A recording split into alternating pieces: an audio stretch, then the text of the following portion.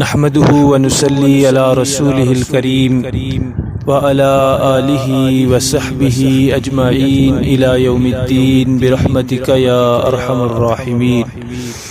اما بعد، سامعین گرامی قدر، مسلم شریف کی ایک حدیث پاک ہے.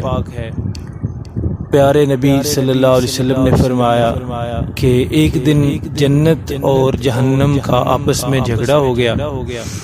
جنت نے کہا، جہنم نے پہلے کہا کہ مجھ میں متکبر اور سرکش لوگ ہوں گے، اور جنت نے کہا کہ مجھ میں مسکین اور ضعیف لوگ، کمزور لوگ آئیں گے. تو ان کا یہ جھگڑا سن کر اللہ رب العالمین نے ان کے درمیان فیصلہ فرمایا، اور فیصلہ فرماتے ہوئے جنت کو مخاطب کر کے فرمایا کہ جنت تو میری رحمت ہے، میں جس پر رحم کرنا چاہوں گا تیرے ذریعے کروں گا. اور جہنم کو مخاطب کر کے فرمایا کہ جس کو میں عذاب دینا چاہوں گا تیرے ذریعے کروں گا. اور دونوں کو مخاطب کر کے فرمایا کہ بھرنا میں نے تم دونوں کو ہے. تو یہ جنت کا اور جہنم کا جھگڑا تھا، جس کا فیصلہ اللہ رب العالمین نے یوں فرمایا کہ جنت کو اپنی رحمت قرار دیا، اور فرمایا کہ جس پر میں رحم کرنا چاہوں گا جنت کے ذریعے کروں گا. اور البتہ یہ بھی فرما دیا کہ دونوں کو بھرنا ہے، دونوں کو فل کرنا ہے اللہ پاک نے. تو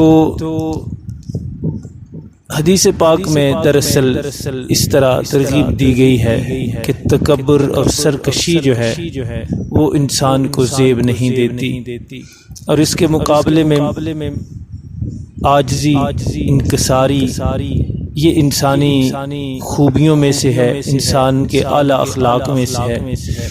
طبیعت اگر ایسی نہ بھی ہو، عاجزی والی، انکساری والی، فخر و غرور والی طبیعت ہو، پھر بھی اللہ اور اس کے رسول کے فرامین سامنے رکھ کر ان سے تربیت پا کر، ان سے اثر لے کر تکبر، غرور اور فخر والی طبیعت کو مٹانا چاہیے، اس کو دبانا چاہیے، اور اس کے مقابلے میں ہر ایک کے ساتھ ہر لمحہ، ہر موقع پر عاجزی اور انکساری کا دامن تھامنا چاہیے.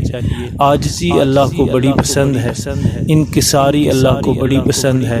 اس کے مقابلے میں فخر اور غرور کا سر ہمیشہ اللہ نیچا کر کے دکھاتے ہیں، اور تکبر کو تو بالکل ہی پسند نہیں فرماتے.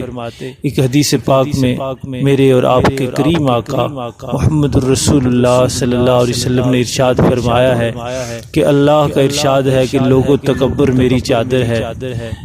تو جو مجھ سے یہ چادر لینے کی کوشش کرے گا تو وہ اللہ کو کبھی بھی پسند نہیں آئے گا، اس سے اللہ ناراض ہوں گے، اور اس کا غرور اور تکبر والا سر ضرور نیچا کر کے دکھائیں گے.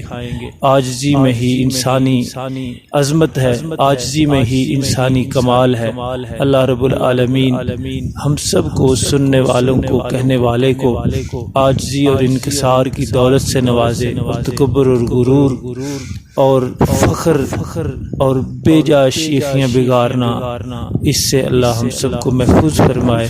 وما علینا الا البلاغ المبین.